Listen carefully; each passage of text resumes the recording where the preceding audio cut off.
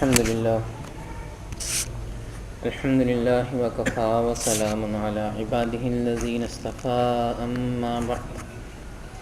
أما بعد فأعوذ بالله من الشيطان الرجيم بسم الله الرحمن الرحيم الف لام را کتاب احکمت آیاته ثم فصلت من لدن حکیم خبیر اللہ تعبدوا الا اللہ اننی لکم منہ نذیر وبشیر صدق اللہ العظیم وصدق رسوله النبی الکریم اللهم صل على سيدنا محمد وعلى آل سيدنا محمد واصحاب سيدنا محمد وبارک وسلم علیہ۔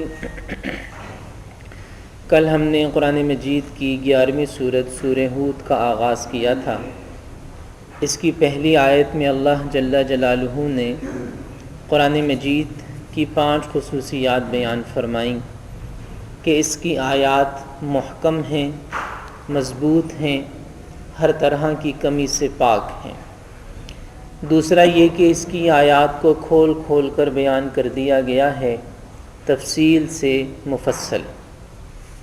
تیسرا یہ کہ یہ حضور نبی کریم صلی اللہ تعالیٰ علیہ وسلم کا بنایا ہوا یا لکھا ہوا کلام نہیں ہے، بلکہ آپ صلی اللہ علیہ وسلم پر اللہ کی طرف سے نازل کیا گیا ہے، اور اللہ وہ ذات ہے جو حکمت والا بھی ہے اور علم والا بھی ہے۔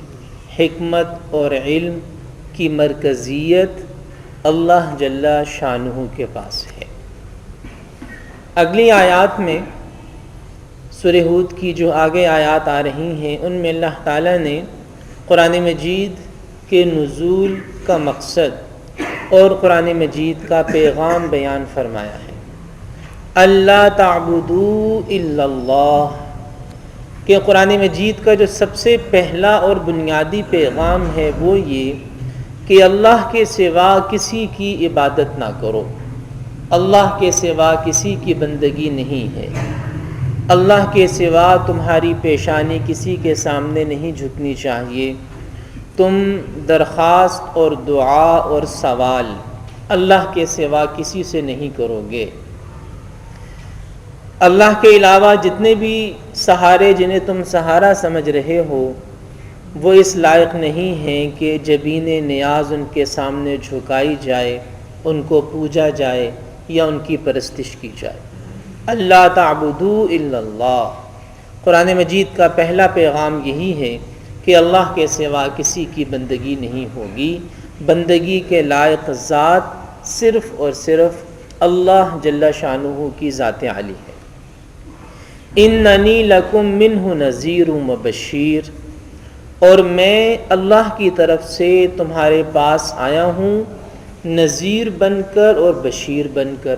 حضور نبی کریم صلی اللہ تعالیٰ علیہ وسلم کو حکم ہے کہ آپ لوگوں کو اپنا تعارف کروائیں، تعارف یہ کروائیں کہ اننی لکم منہ نذیر وبشیر، کہ میں نذیر بن کر اور بشیر بن کر آیا ہوں۔ نذیر کا معنی اللہ کی نافرمانی سے ڈرانے والا، جہنم سے ڈرانے والا، اللہ کے خوف سے ڈرانے والا، اور بشیر کا معنی اللہ کی اطاعت کرنے پر اللہ کی رضا کی خوشخبری دینے والا، دین پر چلنے کی صورت میں جنت کی خوشخبری دینے والا۔ یعنی حضور نبی کریم صلی اللہ تعالیٰ علیہ وسلم کو اللہ نے اپنا پیغمبر بنا کر بھیجا۔ پیغمبر کا کام یہی ہوتا ہے کہ وہ لوگوں کو اچھے اعمال کے فائدے بتاتا ہے اور برے اعمال کے نقصانات سے آگاہ کرتا ہے۔ اور وَأَنِ اسْتَغْفِرُوا رَبَّكُمْ ثُمَّ تُوبُوا إِلَيْهِ، اور یہ کہ تم اپنے رب کی بارگاہ میں استغفار کرو، اپنے گناہوں کی مغفرت چاہو اور توبہ کرو۔ آپ دیکھیے کہ اس آیت میں اللہ نے استغفار اور توبہ ان دونوں کو الگ الگ ذکر فرمایا ہے۔ اس سے پتہ چلا کہ استغفار ایک الگ چیز ہے، توبہ ایک الگ چیز ہے۔ استغفار کا معنی ہے اللہ تعالیٰ سے اپنے گناہوں کی مغفرت چاہنا، معافی مانگنا، استغفر اللہ استغفر اللہ استغفر اللہ، عربی میں بھی کہہ سکتے ہیں، اردو میں ایک آدمی کہے کہ یا اللہ مجھے معاف فرما دے، یا اللہ میری مغفرت فرما دے، یہ بھی استغفار ہے۔ اور توبہ کیا ہے؟ توبہ دراصل ایک ارادہ ہے، توبہ ایک وعدہ ہے، توبہ ایک عزم ہے۔ عزم کس بات کا؟ ارادہ کس بات کا؟ کیفیت کس بات کی؟ کہ جو پہلے گناہ ہو چکے ہیں ان پہ شرمسار اور آئندہ ان گناہوں کو نہ کرنے کا عزم، اس وعدے، اس کیفیت اور اس ارادے کا نام توبہ ہے۔ توبہ کا تعلق لفظوں سے نہیں ہے، استغفار کا تعلق لفظوں سے ہو سکتا ہے، لیکن توبہ کا تعلق الفاظ سے نہیں ہے، توبہ کا تعلق تو دل سے ہے۔ ایک آدمی زبان سے کہے میری توبہ میری توبہ میری توبہ، لیکن ابھی وہ گناہوں کو چھوڑنے کا فیصلہ نہیں کیا تو یہ توبہ نہیں ہے۔ ایک آدمی نے زبان سے کوئی لفظ نہیں نکالا لیکن دل میں یہ کیفیت پیدا ہو گئی، دل میں یہ احساس پیدا ہو گیا، تو بس توبہ ہو گئی، اس کی توبہ اللہ نے قبول کر لی۔ جیسے پچھلی سورت سورہ یونس میں آپ کے سامنے حضرت یونس علیہ السلام کی قوم کا واقعہ آیا کہ ان کے لیے عذاب کا فیصلہ ہو چکا تھا، عذاب کے علامات اور آثار بھی ظاہر ہو گئے، لیکن نکل پڑے وہ، ایک میدان میں جمع ہو گئے، مرد عورت بچے حتیٰ کہ مال مویشی بھی ساتھ لے گئے، اور ایسا روئے، ایسا گڑ گڑائے، اللہ سے ایسی معافی مانگی کہ اللہ نے عذاب کی علامات دکھانے کے بعد عذاب کو واپس لے لیا۔ حضرت یونس علیہ السلام پیشن گوئی کر چکے ہیں کہ 3 دن میں تم تباہ ہو جاؤ گے، لیکن ایسی توبہ کی، اللہ سے ایسی معافی مانگی کہ اللہ جل جلالہ نے وہ عذاب ان سے روک لیا۔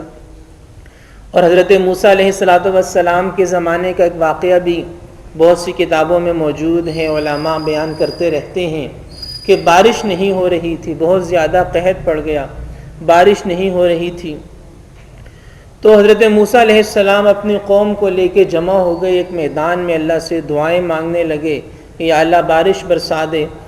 تو اللہ تعالیٰ نے موسیٰ علیہ السلام کو وحی بھیجی کہ ایک ایسا گناہگار ہے جس کی وجہ سے میں نے بارش روک رکھی ہے، اس نے زندگی بھر کبھی میری اطاعت نہیں کی، نافرمانی پر جتا ہوا ہے، نافرمانی والی زندگی گزار رہا ہے، جب تک وہ اس مجمع میں موجود ہے اس وقت تک بارش نہیں ہو سکتی، اسے اپنی قوم سے نکالو، بستی سے نکالو تو پھر بارش برساؤں گا۔ اب جب یہ پیغام موسیٰ علیہ السلام نے اپنی قوم کو دیا، وہ بھی سن رہا تھا، موجود تھا لوگوں کے اندر، آ گیا تھا کسی نہ کسی طرح۔ اب اس نے سوچا کہ اب تو میری شامت آئی، اب تو لوگوں کے سامنے میرا پول بھی کھلے گا، میرا عیب بھی کھلے گا، اور میں لوگوں کے سامنے رسوا بھی ہو جاؤں گا۔ اب دل ہی دل میں تار ملا لیا، توبہ۔ توبہ اصل میں اسی کیفیت کا نام ہے، توبہ۔ دل کا تار اللہ سے مل جانا چاہیے، احساس ندامت کے ساتھ، شرمندگی کے ساتھ، دل میں عزم ہو، زبان سے کہنے کی بات نہیں ہے، توبہ تو دل سے کرنے کی چیز ہے۔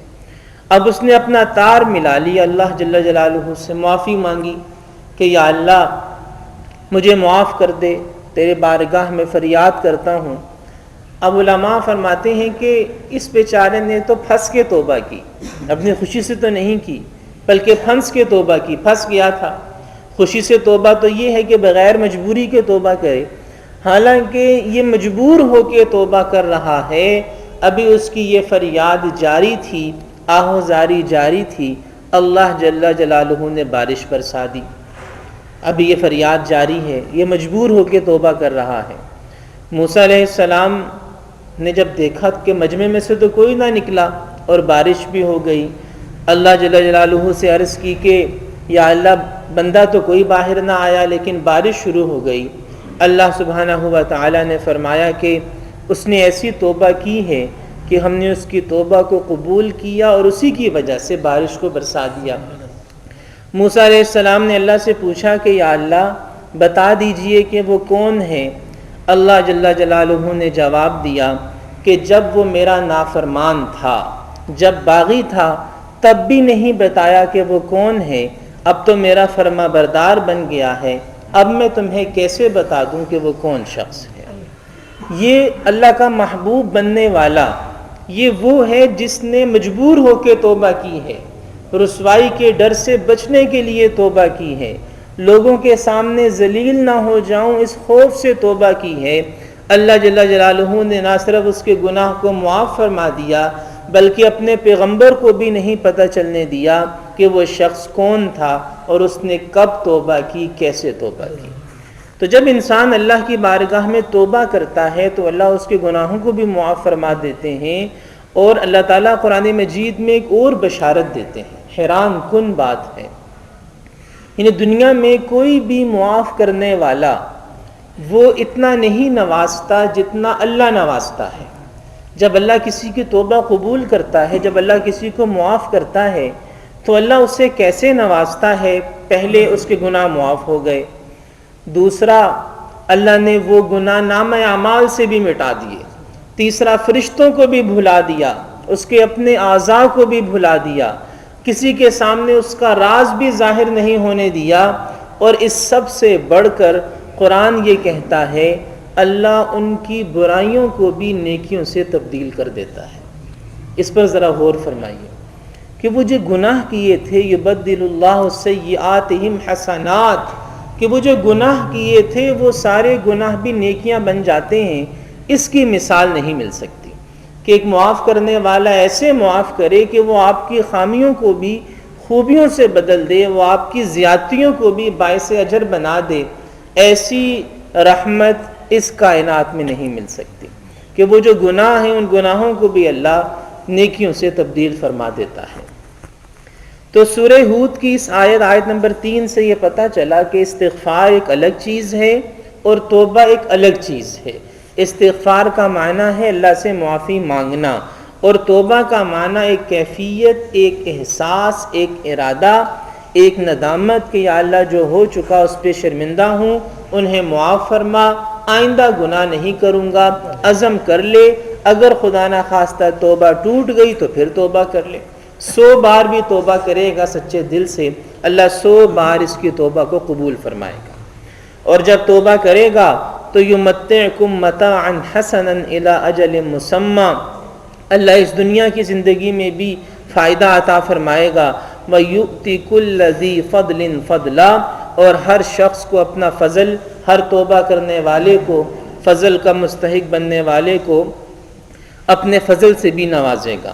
وَإِن تَوَلَّوْا، اگر توبہ اور استغفار سے اعراض کرو گے، فَإِنِّي أَخَافُ عَلَيْكُمْ عَذَابَ يَوْمٍ كَبِيرٍ، تو پھر بڑے دن کے عذاب کے لیے تیار ہو جاؤ۔